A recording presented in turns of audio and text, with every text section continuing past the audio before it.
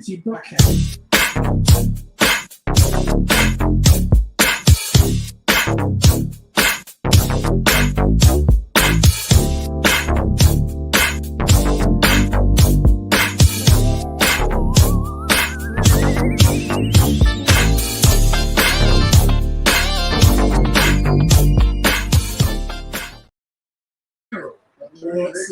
Once again, but hey man, it's been years. It's been ever since last year since I talked to you, man. How's everything going? Hey, last year, couple of weeks ago.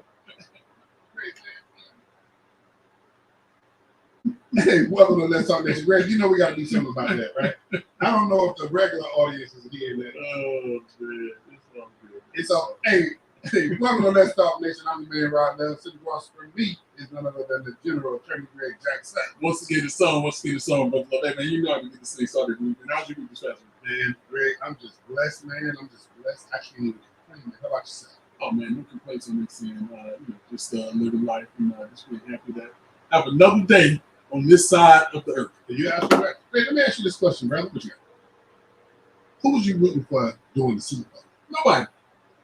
There you go. Hey, Jaguars wasn't playing. The Jaguars wasn't playing. The Cowboys weren't playing. That's why he's one of the best attorneys out there, man. Yes. I don't need to be rooting for nobody.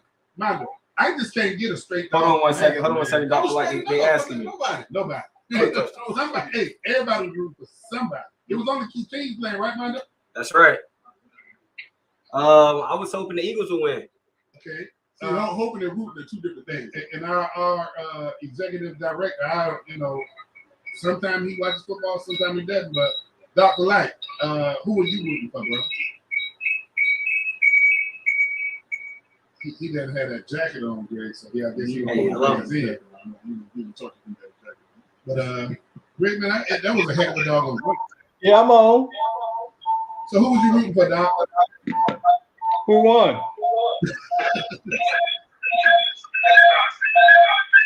No, I wanted to see Mahomes get his second Super Bowl, so I was pulling for Kansas City. Man, you don't have to buzz out. We getting all that feedback. I know. That's why I didn't want to come. And so you got a Kansas City Chief, Mondo. Mondo, I was with you, man. I was rooting for those Eagles, man. One thing that came through, probably Greg's dad to be on the show to talk about this, but man, one thing that you got to give a lot of credit to, and that is experience. Philadelphia, they hadn't been there, man, since I don't know how long, and it showed. They should have won that game, man, by a couple of touchdowns. I mean, you say that like Mahomes is not one of the greatest. Greg, I'm not taking anything away from him, but did you see? Greg didn't even watch the game. Now I'm willing to bet he didn't watch the game and be saying that. You don't win that bet. That's the bet you win. See, you were most probably win that bet. And then you had the return of Rihanna. Yes. Okay, but you know something else? I mean, a lot of times, Greg, you know as well as I do, people talk about the commercials during the Super Bowl. Greg, you know something? Okay, all right. They were pretty decent. So what camera are you talking about? Stuck out to me the most. All right, so is the one that the camera that I'm using is ownership hold on one second. And it's the one that stood out the most. So and the camera is. You saw. That's what the camera is on. That's what it's on right now. What it was talking about is how polarized the audio is microphone 2. In the end, it put up two different sentences, Greg. One so said, go to Osbot. Jesus Christ loved everybody. That's the one to go to. And then the last one that you saw said even his enemies. We have microphone, real tech, high definition audio. We got default, Osbot. We got communications, Osbot, and then we have microphone. We got Osbot Meet 4K. And this is not a religious show, but you got two guys doing the show. What I would say is that we can tell that it's that's weird. Right now I'm on microphone 2, Logitech right now. Station, and particularly in the African American community, where historically, within the African American community, the churches played such a pivotal and key role in how we governed ourselves. And so, listen, I heard that commercial was going to be played. The even more surprising thing, though, is what AOC said. The congresswoman out of the state of New York, the more interesting.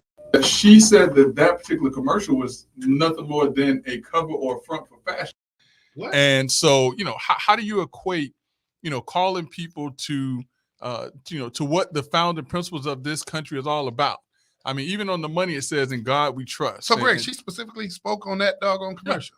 Yeah. No, she spoke about that commercial. Yeah, specifically about that commercial. And so, it's sad that, as Christians, we can't even come on and encourage people to have faith and to, WWJD. What would Jesus do? Yeah. And so, I mean, it's interesting. Greg, I thought that was the best. I mean, you had, man, what is this guy? He was on a T-Mobile commercial with his mom. And you're talking about Bradley Cooper. Yeah. And it was good. His mom really couldn't get it right, but they used the footage anyway because it showed family. Yeah. It showed a number of things. That was a good one. But Greg, the one that stood out, man, was that one. And listen how amazing it is, Brother Love. I did not watch the Super Bowl, didn't watch the commercials, but I can still have a cogent conversation about the commercials because I know what, I mean, I know this stuff. Hey, man, but, it was, Greg, heck of a doggone game, though, brother. No, I heard it was a very good game. There's some reasons why I wasn't watching the game, which we'll get into it some other time. And historically, I mean, and I'm trying to remember who pointed it out. I think one of the commentators, one of the African-American commentators, and I thought it was. I'm going to raise my hand right now. Go ahead, raise your hand. I'm going to raise my hand right now because I can probably guarantee you, Brother Love, that one of those African-American commentators that you're referring to is not Michael Irvin. Oh, so that's the topic. Hey, but Greg, we're gonna come back to that because one of those African American commentators that you're talking about, Brother Love. Do you think what happened? Do you think what? And I'm gonna skip over that for one quick second. Do you think what happened to him was fair? Heck no, not at all. Heck no, and he's you're right. You're right. You're right. We'll talk about that because, but I just wanted to make that point. Before, and I'll cut you off. So what African American commentator said? What? I'm sorry. Well, he said, one of the historic things about that Super Bowl was the fact that this is the first time that two African-American starting quarterbacks were playing against each other in the Super Bowl. Robin Harris said something very interesting when he was doing comedy. And it was something about, every brother that you think a brother ain't a brother. So, anytime I see somebody when they go home and the person that they go home don't look like me, what they supposed to be, I don't know if I'm so keen on claiming them. Nah. Don't touch that one. Don't you touch that one. You let Greg Jackson touch that one. Hey, look at Mondo. Look at Mondo. If y'all could see him now. But listen, it's the same reason now. Yeah, I get you. In all fairness, now, Brother Love, in all fairness. It's the same reason why I don't understand why certain people were so excited about Kamala Harris and so many people were so excited about Ketanji Jackson Brown when the people that they go home to every night. Yeah, and I'll leave it at that. Look at Doc. What's wrong, Doc? Are we about to get canceled? My bad, bro. Listen, me and Ron had a very explicit conversation around this very topic this afternoon. Yeah, and he'll bend your ear to it. But I pointed out some things, and Greg, me and you birds of a feather. Yeah, and Greg talks about the things you and I talked about all the time.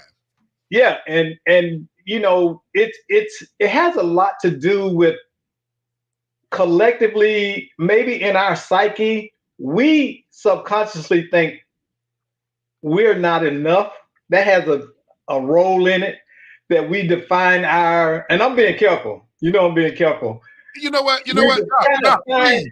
Doc, freeze. Greg, I'm gonna tell you what the topic was, and we decided not to go there tonight. But Doc has kind of already went out there. Yeah. The conversation I said to Doc, I said, man, we need to have a conversation and we need to figure out what show we're going to do it on. Yeah. Is not specific to Florida, because if you say Florida, we know a lot of people are going to rattle in some of the issues. Right. But I asked Doc, I say, man, what is one of the major crises that African Americans are facing right now in this country that we need to do a better job to be able to move ahead? And that is what led Doc. Go ahead. I'm passing the baton. Okay. And my reply was a lack of a cohesive moral framework to define what Black is and what our specific community is comprised of. True. And I told Doc that is no splash in the doggone pan. That's a whole show. That's a series. Yes, that's not you're right. Series. And listen, and I see, one of our strong supporters and Brother X, I see you, and yes, I do push the envelope from time to time, and I see that you say you can't help who you fall in love with, but Brother Love, I tend to disagree with that, because it depends on who you surround yourself with and who you are surrounded by that determines who you are more so cohesive with, if I can use that word. And so, I mean, if you put yourself in positions where you are not around certain people, then yeah, it's gonna happen like that. But when I was actively deciding on, who am I going to marry, I made conscious decisions, because listen to me, I could have, and I hope my wife is listening right now, but in my dating world, black, white, African, Asian, you name it. But when it came down to it, my decision was, I'm going to marry an African-American female. I'm going to marry an African-American female. That was me. Most people based on proximity and then value. Yeah. But I made my proximity just what I needed it to be. You needed to be. And so I went to Jacksonville and got somebody that yelled Duval every chance they get. Which is a whole other story. I got somebody that's hey Doc, he went to Duval County. Where did you go? Doc. Listen, this is my second go round. I went to God. Okay. It took Jesus to give me the wife I got. Hey, listen. You know how them dudes be stomping to the Atomic Dog? Uh-huh. That used to be me. Oh Lord. And, I ain't gonna share it on the air, but I actually met my my wife when I went back to college as an adult. That's where I met her at.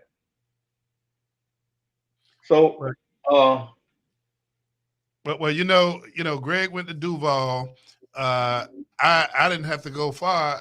I got APK. The APK. Hey, and I know my good friend Robert Hector.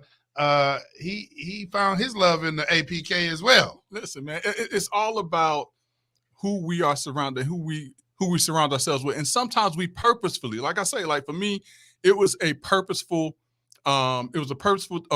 decision for me, because I could have gone any direction, and ain't gonna put my mom out there too much, but she had some say in how that went too. Now I ain't gonna put out there, because I don't want nobody to say something about my mama where I got to go find where the house at. So, but listen, Brother Love, I forgot, because we got too deep into this conversation. I want folks to know that if they are hearing these two voices right now, they're listening to two of the most influential voices in Central Florida on Monday Night Radio, Brother Love and Greg Jackson, the dynamic duo, guaranteed to raise your IQ 10 to 15 points, and even some nights, maybe even tonight, Brother Love, it may go up to 20 points. So if you want to be a part of the night show and be a part of history, because we about to talk about some historic stuff, Brother Love. But if you want to be a part of history, 407-894-1680. Again, to talk to the dynamic duo, Brother Love and Greg Jackson, 407-894-1680. Brother Love, let's get it on. So, Greg, I talked about the historical fact about two brothers playing in the Super Bowl. Right. Also, in addition to that,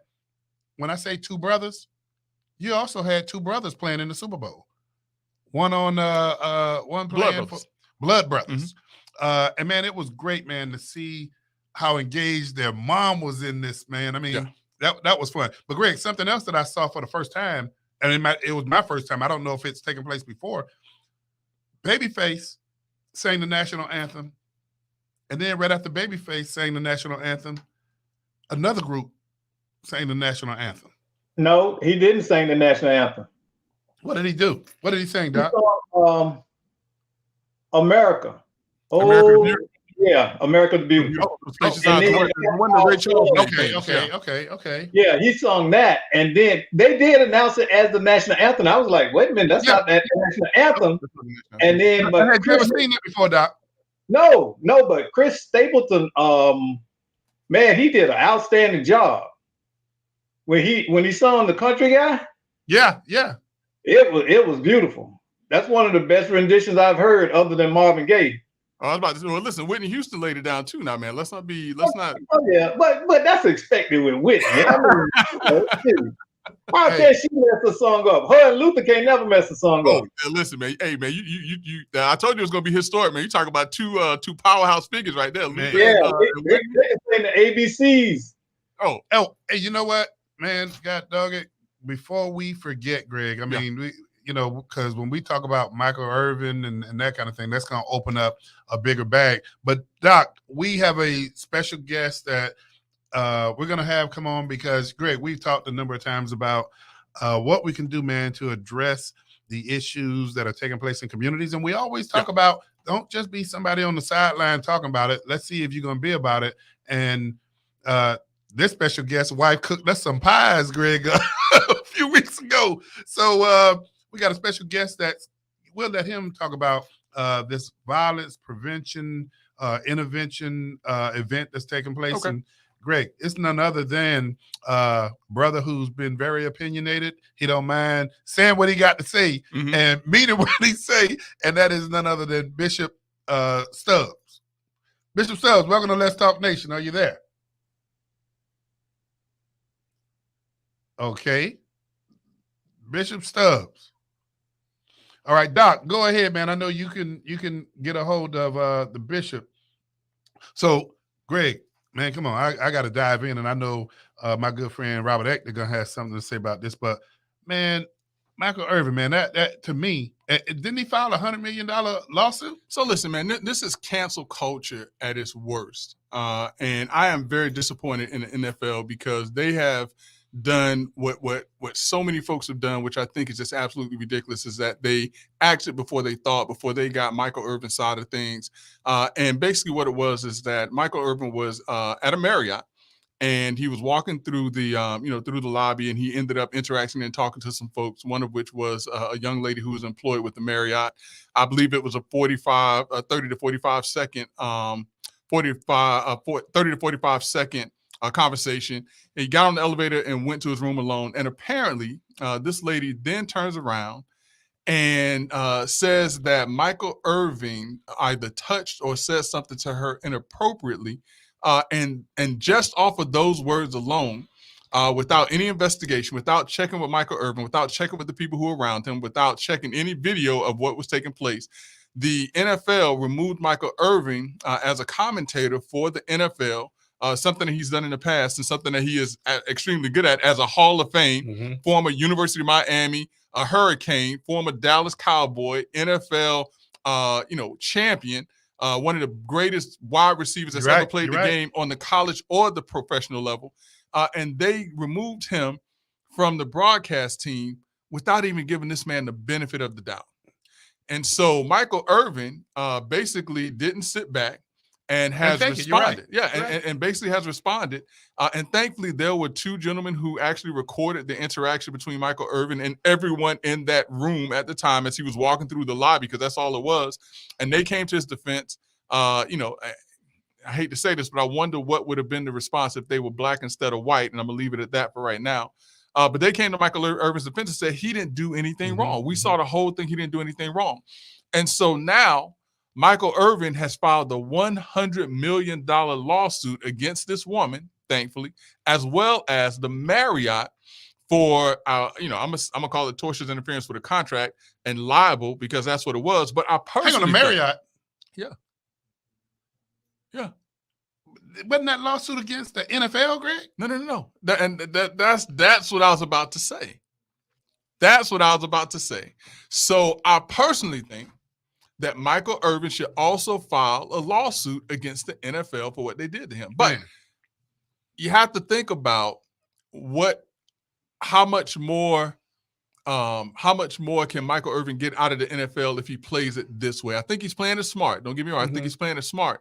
But I think that an example needs to be made in this particular case, Brother Love. The NFL, in my opinion, was absolutely 100% wrong for what they did to Michael Irvin. But Greg, this cancel culture is going to take place if people don't push back. And in addition to that, not only people pushing back, but Michael Irvin has had numerous people come to his defense. Yeah. Other folk got to speak up on this stuff too, Greg. Armando, we have a caller on the line with us. Who is that caller? Caller, welcome to Let's Talk Nation. Caller, welcome to Let's Talk Nation. Who do we have on the line with us? What's up, Brother Love? What's up, Greg? This is Robert Ector. Brother Extra, what's going on, man? What's happening, man? Hey, both of you guys are spot on in this situation. What's happening, man?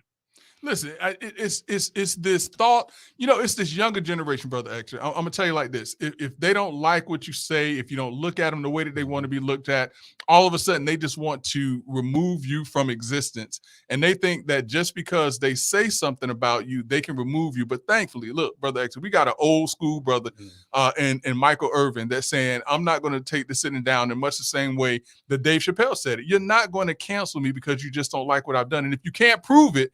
Because let's remember now Michael Irvin has had some struggles in his past, and he's done an outstanding job of cleaning up his image. And so I applaud him for standing up because this is absolutely ridiculous, Brother Action. Greg, I agree with you 100%, man. And the thing is, you're right. He's had some history, and he's done a remarkable job. The thing that I just don't understand is how do you take somebody's word over the other person's word without investigating it and just take him off? And look at what it's done, Brother Actor. But look at what it's done to his reputation. Look at what it's done to his earning potential. But this is somebody, Greg, and you just mentioned, man, this guy's career, and I mean, it's good that, and I'll say his celebrity inclined people to pick up their phones and video what was taking place because nobody else thought anything of it. They thought they were videoing, celebrity Mike Irvin, but they didn't realize they were actually documenting his defense. Yeah.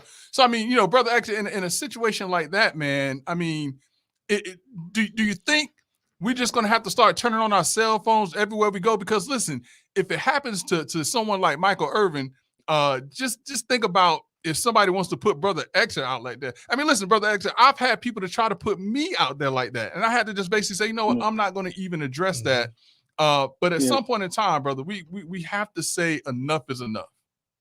You're absolutely right. One of the things, man, Mike can't never take that back. And one of the things that I talked to a bunch of my friends about this weekend was they want to compare that to the same situation that Warren Sapp put himself in. I told them, you're talking about apples and oranges. Yeah. I mean, this guy's in a lobby and somebody stops. She probably was a fan. Yeah. And now all of a sudden, you're going to tell me in a 30 to 45 second conversation, this guy get put off the air? Crazy. Brother Egg, think about it though, and I can't remember who that celebrity is. Oh, I know who it is. The one Keanu Reeves. Yeah. Here's a celebrity because all of the issues that were taking place, Me Too and all that stuff.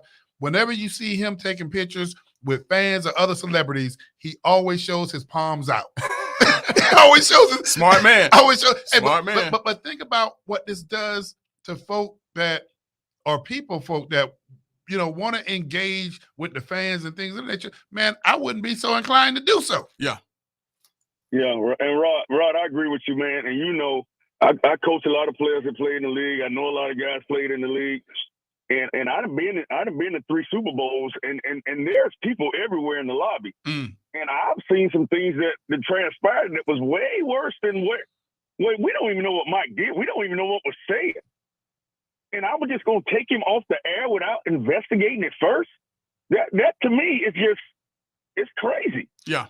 Yeah. But listen, Brother Axel, we do know what was said because the video from 2 of the gentlemen that were actually in the lobby that recorded it, he was just having a normal conversation. I think he may have just addressed her and as he was addressing everybody, like, hey, I'm here to do this. And, these guys got to play hard or something.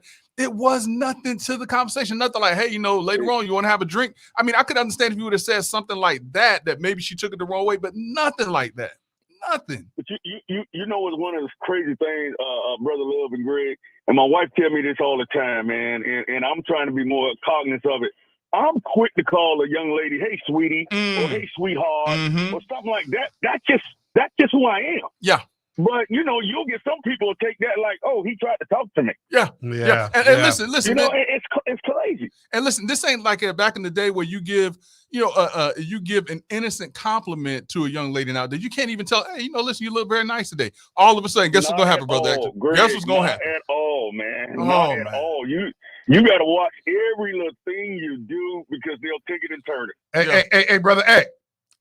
That's why Keanu Reeves, when he's taking those fan pictures, and even with celebrities, you always see his palms.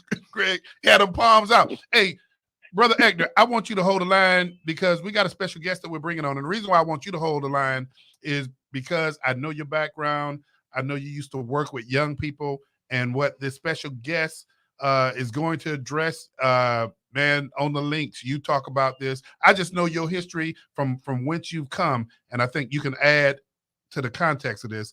But we now have Bishop Stubbs joining Let's Talk Nation. Bishop Stubbs, welcome. Yes, good afternoon, sir. Good afternoon. Hey, Bishop, how you doing this evening? Hey, I'm making it. I'm holding on. Outstanding. Well, listen, you know what they say, man. The work is never done, and you got some things that's taking place in the community, man. Talk to us. What's going on? Yes, we are. Not just me, but it's called Unity in the Community, and we're bringing that to the Orlando area because it's very much needed concerning all the killing and all the issues that then took place in here. And we're partnering up with Commissioner Hill, Mayor Buddy Dyer in the city of Orlando, and we're doing what we can. And one of the things that we say from the beginning of this year, to build a better relationship with the community, to fight for our youth not to become involved in gangs or illegal activity, but become positive role models for the community, for the faith-based leaders, to set the tone for the youth, to help also the homeless if they need it, and to keep the Orlando community in unity. And we as leaders walk in unity at all times, sir. Bishop, and you know, you've been doing some great work out there for a long time, but I'm gonna shoot straight from the hip because I know that's what our audience want to hear. Yeah. Man, you've been on the grind, but man, if I just were to ask you, how can we actually make a difference with impacting, moving the needle on these shootings that have been taking place, on these young people dying? How do we move the needle, man? Tell our audience. The word I used to use was manipulate, but I've been coming up with the word strategy. We have to come together with a strategy. We as leaders, we as the one that are in charge of helping the youth, and we got to take them back to where they come from. It is very hard. It's not going to happen overnight, but we must constantly stay on the ground and stick to this because there's a lot going on. They really don't know what's going on. They don't know that it's something that's took place, and not just in Orlando. You got Miami, Jacksonville, California, all over. And we want to really set the tone. I want to impact on February 18th, which is next Saturday that's coming up. We will be doing a march from the stadium, going down Church Street to Paramore to South Street to Horton, and we're going to Lake London. We're going to spend a good day there. We're going to have the faith-based leaders. And this is also concerning Lieutenant Deborah Clayton also. Let me not forget that. This is incorporated in this march, the Unity and Community March. And we are standing up for what's right. We're going to take our children out of lullaby. It's time to go to lullaby. If you know the Bible, it's time. Can we find somebody that was in the house with Jonathan and his son and with Saul? Because we want to show the young black children that and whatever that need help, they have help.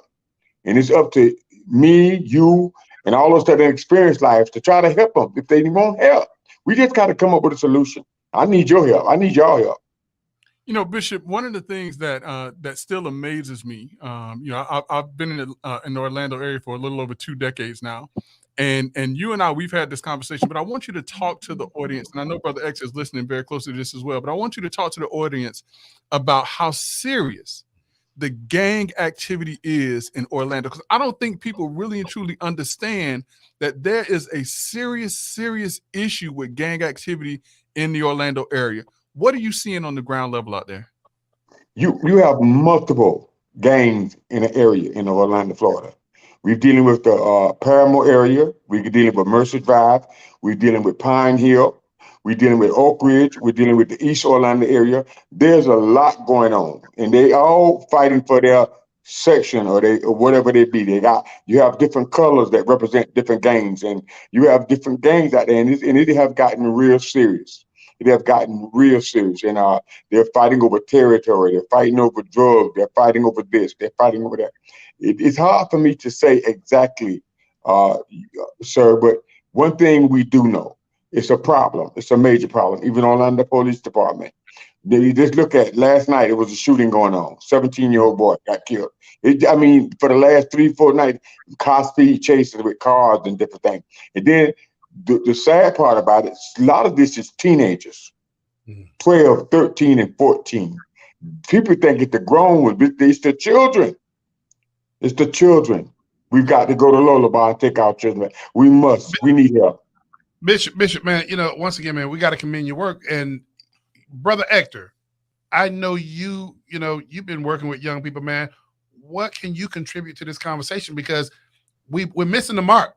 What else can we do to impact this? Well, Rod, I think you start at the ground level, and I think what the Reverend is doing is some good work.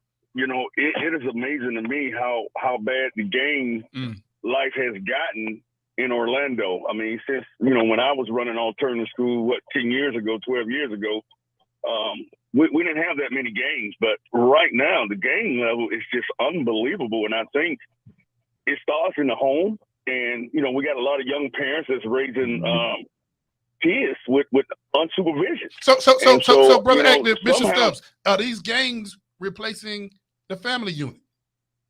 And that's what I was kind of getting to, Rod. I think that's where it's going. And I'm gonna tell you something else for folks, and we appreciate it if you're listening right now. We have our special guest, Bishop Kyle Stubbs, as well as Brother Hector, who's joining us with this conversation. And we've kind of shifted gears. We're talking a little bit about some of the issues taking place in the Orlando community, and specifically as it relates to gang activity. And this is what I'll challenge you to do, because Brother Love, I don't think you've seen this yet, but if you even go onto YouTube and you search for Orlando gangs or Orlando's biggest thug, I promise you will get YouTube videos about various areas in Orlando that is overrun with gangs and with gang activity. This is not the same city that 20 years ago when I said, where do I want to go and raise a family? It doesn't look like the Orlando. And this just happened in a short period of time. How long have you been in Orlando, Brother Hector? I've been here since 1984, man. Okay, so you've been here a little bit longer than me. Bishop, how long have you been in Orlando? Since 1987. Since 97. Now, in the past, from that time period, would you all agree that a lot of what we're seeing has taken place within the last 10 to 15 years? Yes. It has grown tremendously. Yes, sir. Yeah. And so just think about in 10 to 15 years, the dynamic of this community has changed such that children in this great community are turning to gangs instead of family. I was in a meeting today having this conversation, and this conversation was about how do we build stronger communities. But one of the things that, I had to kind of really step up and take issue on is, Greg, every successful business, and you even see it in government, they are marketing the products and services. They're marketing what they're doing. Yeah. But when you look at a lot of the good things that are taking place in communities, they don't have a doggone budget to market the good things, but the bad things are getting what they call it, Greg, earned media. Earned media, that's right. Free media. Right. Yeah. So I think one of the things we got to do, in Brother Hector, and I think Bishop Stubbs, we're all having this conversation. There's something that we need to do that's going to build stronger families first. Yeah. Because we see these kids moving over into this direction of gangs. But Brother Love, let me put a pin in that right there, because I think Brother Hector and Bishop have said this. The families are weaker right now because you have young people and even older people who are trying to raise these kids. What Brother Hector saying and what Bishop Stubbs is doing is that where families are failing, communities have to step up. And I think that this unity in the community, Bishop, am I laying it down right? You putting a nail in it. You putting a nail in it. Because listen, the families in our communities are failing, and so the community now, we have to live up to that old African adage of it takes a village to raise our kids, or to raise a community, or to keep the community going.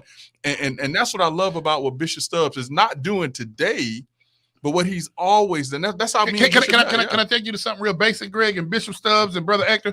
When we talk about Greg, come on, we talk about head of the household. Oh yeah. We talk about. You know what? I don't care if that father is living in the home, or if he's not. People can't see Bishop. You got him shaking his head, and I heard Brother Hector laugh because they know what you're about to say. I mean, they know what you're about to say. Come on now. Do I really need to go all the way out there on this? But Bishop Stubbs, I'm gonna pass the baton because you know where I'm going with this. Mm-hmm. The mic is in your hand, man. Well, as we all know, charity begins at home and spread abroad. That's something that we was taught as coming up as children. You have 15-year-olds having children. By the time they're 30, they are grandmothers. So we're dealing with a lot. It's not just the homes. We're dealing with a lot, and we can only do what we can do. And our hands are tied in some situations.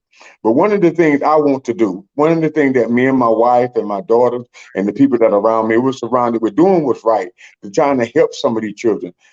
All this killing taking place. When you walk into my daughter, youth center, New Image, you can walk in there, you can see almost 100 children on the wall that graduated in that area, graduation. And they are not understanding education is one of the most important things that they can have. I talked to a 14-year-old today that didn't even go to school. So why you not in school? But nobody to supervise him. And then later on you see him doing other stuff he shouldn't be doing. On Saturday, I was talking to someone and their son done run away from home. By the time I get through praying for him, they done caught the boy in Publix off of Central by Lake Leola, in the store taking objects that don't belong to him. So it's hard. And how did you do this? How can we do it? My grandmother is gone. Your grandmother, structure have left the home. That's one of the, there you go. We got it now. Structure done left the home. Structure had left the home. There we go. Bishop Stubbs, Brother Hector, because I know we can go on and on about this, and I wasn't going to do this because I know this might open up the can of worms, but I want to use this in our closing. And Bishop, I'm going to pass it back to you to tell people where this event's going to take place. But Greg, here's one of those, why is it? Yeah. Why is it that when we have a situation that involves law enforcement, and we're going to call it like we see it. If law enforcement is doing wrong, we want that to be addressed. But why is it that we can fill the Orlando Arena when law enforcement has done something wrong? When that 1%. When that 1% does something wrong, but then we're talking about young people dying. We're talking about a 3-year-old that gets caught in the crossfire and dies. Let's call it what it is. We talk about black on black crime. Brother Love, I say this all the time. Black on black crime. Yeah. We're not addressing, and in my opinion, thank you. It's hard for me to say Black Lives Matter when you don't even say your brother matter who lives across the street. But there you go. Yeah. There you go. We black crime going on, then we got cops killing blacks. But at the same time, you got to fix that problem as well, because even if you fix the policing problem, you still got black on black crime problem. Yep. I mean, we got people killing 14, 15, 16-year-old kids out here with guns and killing each other. For what? So we have to address that.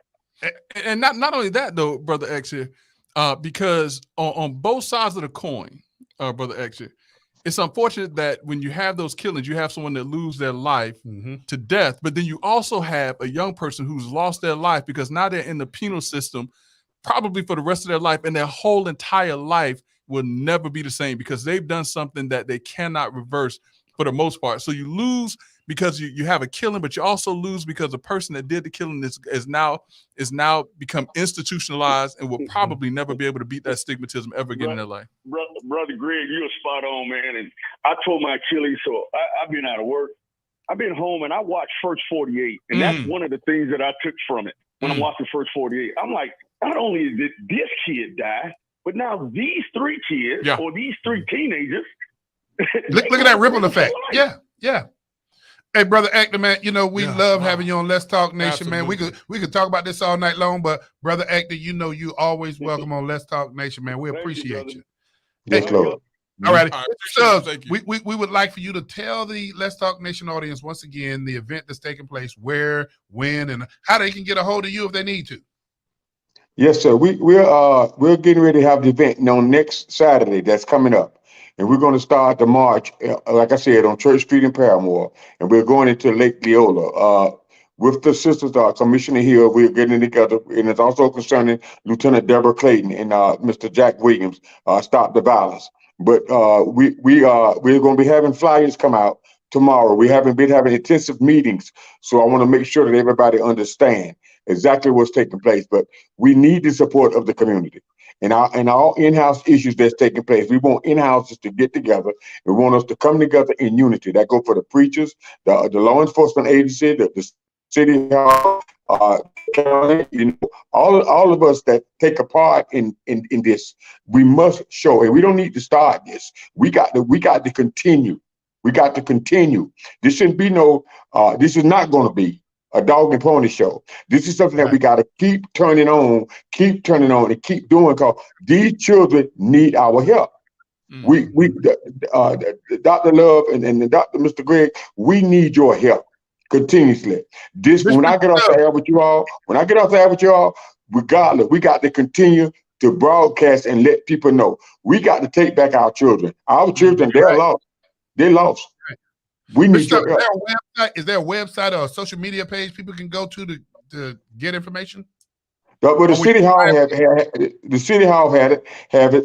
You can contact us through Regina Hill office, the Commissioner Hill office. You can also contact with Dr. Presley, and I get everything. I should have everything lined up, but I want to make sure that I had everything lined up the right way. And I'm not gonna say, but we have another one more meeting to put icing on the cake. But we do know that it do start on February the 18th at 9 a.m. on Church Street in Paramore. And we're going to be there all day long. And you can contact us through New Image Youth Center, also through my daughter, with 321-388-1627. And we'll give you the instructions that you need. Again, that number is 321-388-1627, because we're really fighting for our children. We want to take them back out of Lola. It's time to go snatch them up. We need your help. It's not about Bishop Stubbs. It's not about the people it's about the children. They're genociding each other. They're killing the seed of the young people that are dying. They like you said, I heard they talk about what the next man doing. They are doing it. The police doing what they do, true enough. But people ain't talking about everything. And I have to be careful what I say, because when I wake up, I don't want nobody to bother me about what I done said, but I'm gonna tell the truth. We need your help. These children need our help. That's the bottom line. It's just that dangerous. Yeah, well, listen, Bishop, you stay on the front line, man, because you're doing some great work, and we appreciate what you're doing. And once again, unity in the community. That is February 18th, starting at 9 a.m. at the corner of Church Street and Paramore. Please join the bishop, join Commissioner Regina Hill, join Mayor Buddy Dyer for the city of Orlando, and all of the other individuals who are going to be a part of this event to bring our children back from this place of despair. Lola Bar is what you call it, Bishop. Come out of Lola Bar. Got to come out of Lola Bar. That's 2 Samuel chapter 9. Go there and read it. Yes, sir. Thank you, Bishop. Bishop, appreciate you, man. Thank you. Appreciate y'all for having me on. All right. Take care. Now, Brother Love, why this is so important, all right? We're talking about Orlando, but take that same situation, take the same circumstances that we're talking about, and you can lay that on top of Atlanta, Georgia. Yeah. You can lay that on top of Memphis, Tennessee, on Chicago. You can lay it on top of somewhere in North Carolina, South Carolina. Anywhere that we go in these United States, even Alaska, Brother Love, you can lay it on top of places in Alaska I've seen. This is an issue that's taking place across the country. And if Orlando can continue to be that shining beacon on the hill to show what we can do as a community when we come together, I think that this is something that other communities can take. And there are other communities that are doing some great things, but let's continue to be that beacon on the hill so that folks can see that communities can come together and reclaim our youth. You're absolutely right. Greg, I hate to shift gears like I'm about to shift gears, man, but Greg, can you dive into the candidate for governor of the state of Arizona? Tell folk what she did, man, or didn't do. So, well, now listen up, Brother Love. We need to have this conversation. We need to have a real conversation about what took place. Now, if anyone didn't watch the Super Bowl, like I didn't, but I know what happened. Listen, it's amazing. I ain't got to watch it, but I know what happened, Brother Love. I still be in the know. But and this is not the first time that it's happened. Since 2001, what they call the Negro or the Black national anthem was a part of the NFL. And so, Cheryl Lee Roth, I think it's her name, actually sung the Black national anthem. And during the singing of the Black national anthem, Carrie Lake, who is the former candidate for governor in Arizona, who was at the game because the game was hosted in Arizona, did not stand for the Black national anthem. Now, in principle, Brother Love, I think. But you got to give a little bit more background. She's a former candidate, but also you got to put a little bit more meat on the bone as to why she's the former, and also why she also believed she shouldn't be the former, she should be it. Well, I mean, part of the reason she's a former is that she didn't get enough votes, the former candidate, and not the actual person who was, because she didn't get enough votes, plain and simple. But she challenged the votes because she said that there was some irregularities with the voting machines, particularly in Maricopa County, which is one of the larger counties in Arizona. And if the voting machines were operating properly, and she also indicated that individuals would turn back or didn't come to the polls because they felt that the machines weren't working properly and different things like that. She challenged the election. It went up to their Supreme Court, or their equivalent of the Supreme Court, if I recall correctly. They rejected her argument, but she was a Trump election denier supporter also, and in much the same way. I think it took about a month, if not a little bit longer, and I don't even think she's conceded at this point. But even the Republican Party was telling her, "Listen, just concede you've lost," and she has not conceded. Now you put the meat on the bone. Yeah, okay. but now I think she's also preparing to run for the Senate seat in Arizona, if my intel is correct on that. So I mean, she's not going to go too much further. Oh, she's also been considered supposedly as a candidate if former President Donald Trump runs again too. Well, let's talk about that in a minute. But here's the thing. Here's the argument that I've heard, Brother Love. And I'm gonna say this. First off, Lift Every Voice and Sing. Beautiful song. James Weldon Johnson. I think it's a beautiful song. I don't know how it became known as the Negro National Anthem. Okay. Well, let me take a step back. I believe I know how it became the Negro National Anthem. The argument is, and I struggle with whether or not I want to believe this argument or not. And I'll be honest with you now. The argument is, why do we have two separate national anthems in this country? And does that contribute to the divisiveness that's happening in our country right now? Because now you're saying we have a national anthem and we have a Black national anthem. And so to Carrie Lake's point, what she sat down for is because she said there's not a white national anthem and there's not a Black national anthem. There's a national anthem. We have a national anthem in this country. Now, the other part that I also somewhat struggle with, Brother Love, is that the same people who supported Colin Kaepernick when he decided to take a knee during the national anthem should also support Carrie Lake in her decision to not stand for the unofficial Black national anthem. But Greg, isn't that one of the doggone rights that we enjoy as being Americans? Absolutely. And listen, like I said, I didn't necessarily support Colin Kaepernick for not standing during the national anthem for a number of reasons why I said that, but he had a right to do it. And I'm not going to tread on his right to not stand during the national anthem, even though I disagree with what he was doing, but he had that right. And I'm not going to question his right to do it. And in much the same way, anyone who supported Colin Kaepernick for not standing for the national anthem, regardless of whether are you talking about being a hypocrite here, my friend? Listen, I'm talking about being a hypocrite because regardless of if his reasons were valid or not, in his mind, that's why he did not stand. And in her mind, whether it's valid or not, she did not stand. That is her right. So the other part too, though, Brother Love, is how many other countries? Let's do this trivia question, Brother Love. How many countries, particularly in modernized societies, have two national anthems, two or more national anthems that is for one group of people versus another group of people? Now all of our Googlers are going to be prepared for this next week. So listen, please do. So we Greg, I hate to do this. Let's push that to the side because there's some other things that been making the news everywhere. Listen, Greg, I want you to get to the real thing. Greg, I want to talk about your boy. The Trump attacks. I want to talk about your boy. Trump attacks on DeSantis. Let me tell you something.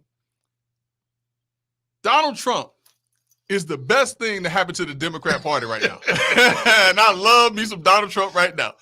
Donald Trump, and like I said, I like Donald Trump for the policies that he put in place because I did see a difference. There were things, listen, Economically, they're economically, job wise, different things like that. But Donald Trump is the most divisive individual in American politics today. He does not deserve to hold the title of president ever again. You're right. In the history of the United States. Man, I agree with you 100%. And Donald Trump wants to be president not for the people that he's supposed to be there to serve, but he wants to be president for himself. Yeah. And it shows in everything that he does, because Donald Trump helped Ron DeSantis. Let's get this out right now. Donald Trump helped Ron DeSantis to ascend to the governorship of the state of Florida. And I know this because I supported Adam Putnam. I'm just going to feel like I supported Adam Putnam for governor of the state of Florida. Ron DeSantis got the endorsement of Donald Trump, and Adam Putnam was no more.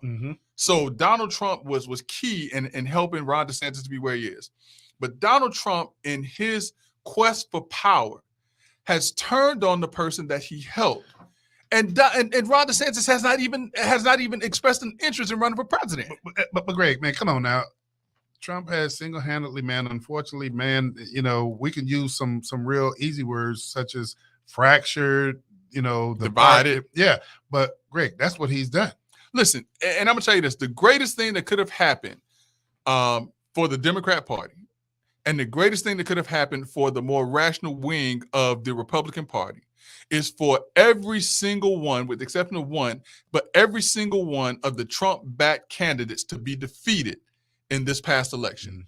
If this would have been the red wave that everyone was talking about, you talked about too, Brother Love, I ain't gonna let you get off the hook. You talked about that red wave too, and I told y'all, be careful now, but be careful. You talked about that red wave. Hold on, Hey, Mondo, did that red wave take place in the state of Florida? Listen, yes or no? You got 50 states. You got 50 states. I'm gonna talk about where I live. Listen, you got 50 states. Okay, Mondo, thank you. You got 50 states, brother. Greg is a good attorney. He knows, hey, I ain't letting them go there on me. That red wave took place in the state of Florida. You got 50 states. Okay, well, let's talk about the rest of the states. You got 50 states. And that red wave, if it would have happened, Brother Love, the Republican Party would have been held hostage to Donald Trump right now. Think about if that red wave that Donald Trump was projecting had happened, the Republican Party would be held hostage to Donald Trump right now. On that same note, come on. The candidates that he was supporting, we already know that they didn't win, but Greg, those other Republican candidates that wasn't talking crazy won. Yeah. Come on, man. I think. But listen, the tone and tenor of the country under Joe Biden going into the midterm elections, this was one of the more challenging times for any president. His approval ratings were the lowest of virtually any president. There were a lot of things coming out about him. There's a lot of struggles with him right now. And going into that midterm election, there's nowhere in the world that the Republican Party should not have taken the House and the Senate. You're right. And Greg, I want to hit this point because there's something else that is on our punch list that I do want you to address. But one of the things, man, from a strategy standpoint that I have noticed is Governor DeSantis has not gotten down low because you see Trump constantly taking punches at him. But then there's a reason that you don't go low and try to out Trump when it gets dirty, so to speak. Remember Marco Rubio? Look, what he got? Little Marco. Yeah. Remember Jeb Bush? You remember Ted Cruz? Ted Cruz? Jeb Bush? Yes. Yeah. I mean, that's one of my favorite. I ain't gonna be shy. But so I see this strategy is not in getting in the mud with Trump because nobody can wallow with it like he can. But one of the things I did notice is Governor DeSantis came back and he said, "Okay, I let my performance speak for itself, and I got reelected." Yeah. Listen, he ain't got to say much on that. But no, listen, Donald Trump, if he gets the nomination for president, is going to be the best thing to happen for Joe Biden's campaign. Greg, I got to hit one more agenda item because I do need to tell people about. I do need to tell people about February 26th. But before we go there, real quick, Greg, what was your biggest takeaway with President Biden's State of the Union address? I think people applauded him for doing the bare minimum of what a president should do. Listen, I have not been shy to say that I am not a fan our president, President Biden. But unlike a lot of people, just because I don't like him, I don't say that's not my president. He is the president of these United States. He shows weakness in every stance that he takes. He takes credit for things that he should not necessarily be taking credit for without the proper explanation. I think that I hope he does not run again. I think that there's some very well qualified Democrats who can step into that space that I'd be more than happy to support. Cory Booker was one of them. I'm not going to even step away from that. I like Cory Booker.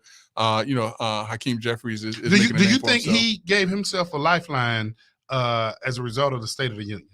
I think what he did was he pushed any challenges further away from announcing against him in hopes that he decides on his own not to do it, or this investigation into his son, which is a very real investigation that we talked about when most people weren't, and they said that we were hating when we were basically just giving them the news. I think this is a very real investigation because, Biden said that he did not know anything about his son's business dealings, but yet and still you have photographs with him and individuals that his son was doing business with out of China, out of Russia, as well as highly classified documents in the Biden home that his son was privy to. And so I think that Biden is, I think that he is just as tainted as what they said that Trump was. You're absolutely right. Greg, I love when we get to the rapid fire because you're good at it. Greg, talk about this doggone balloon, man, because we, talk about this balloon real quick, brother. Listen, man, a lot of people gave credit that Joe Biden and those shot down that balloon. But remember, Brother Love, that balloon was over the United States and went across the continental United States from January 28th until February 3rd. And it went from Alaska all the way down to South Carolina, crossing over key nuclear plants and nuclear facilities for the United States military. And I think that they want credit for doing something that should have been done over Alaska, which, remember, they said we can't shoot it down because, and so since then, there have been 3 other balloons or unidentified aerial objects that have been shot down by NORAD. Now, in the 65-year history of NORAD, Brother Love, how many objects have been shot down by NORAD in 65 years before this past week? And I don't. 0. But great. Zero. Let me hit you with this. Now they shoot down weather balloons, with low lady hats, they shoot down everything. But has the American public ever known this much information, No. man? No. I mean, isn't it amazing that we're getting play-by-plays. We're getting Joe Citizen that's taking a picture of this thing, and then the rest of the world finds out about it. Yeah, listen, man. I mean, I think that this administration is in its effort to try to big up and show that Joe Biden is tough on China, is doing too much. I don't think that we should know. I mean, and this is someone that was in the intel community for some years. I was former naval intel, and I'm telling you, I don't feel comfortable with the amount of detail that we're being given right now, personally. Well, Greg, and here's something, man. We got a few more minutes. Greg, St. James AME, for those of you listening, we're asking for you to come out on February the 26th. Man, I tell you, it's great. It brings me great pride that, man, my partner is going to be the keynote speaker at St. James AME in Eustis. Greg, can you tell people? I mean, I know you're not going to give away the goods, but man, I'm anxious. Listen, man, I'm ready. I'm ready. Who was that? Who was that? Revis? I'm ready. Hey, and you know who church this is, right? I know you know who church this is. That's my good friend, your father-in-law, the Reverend Richard King. He is the senior pastor at St. James AME in Eustis, Florida, and it is an honor and privilege to have been asked this. I've been there to speak before, and I mean that. I mean, they show you love in St. James. Hey, this is when our good friend Brother Hector shows up, man, in one of those bell-bottom suits. And stuff. Not the bell-bottom now. Oh, hey, with the big cuffs. Oh, he gonna do it like good times. Huh? You gonna do it good times. Hey, we looking forward to seeing you, Brother Hector, and hey, but everybody. And when we say brother, we mean all our brothers, no matter what color. St. James AME on February the 26th. Political affiliation, we don't care. Yeah, we don't care. Yeah. We don't care. Hey, Greg, I gotta wind us down with this, man. Tomorrow is what day? Tomorrow is V-Day, Lover's Day, and if you ain't got your stuff already, Brother Love, you're gonna be in a whole heap of trouble. A whole heap of trouble. Like my grandma, I'm from Taylor County, bro. Well, I'm from Tallahassee, but I claim Taylor County. A whole heap of trouble. Hey, Greg, so are you cooking or are you taking the missus out? Listen, man, I got mine taken care of. You got yours taken care of? Taken care of, man.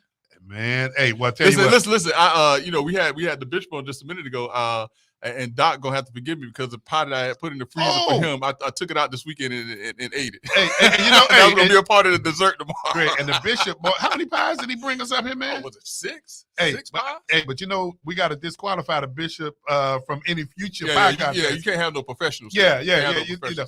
Hey, Greg, man, I tell you, man, we covered a lot of ground tonight, man. No doubt, Brother Love. And so, but you know, it's always great. Let's Talk Nation. We appreciate you all for supporting us the way that you have for all of these years. We're going on 6 years now, Brother Love. Yes, we are. Yes, Listen, we are. man, 6 and years is a I long know time. Brother Acton gonna get me, man, for them bell bottoms. as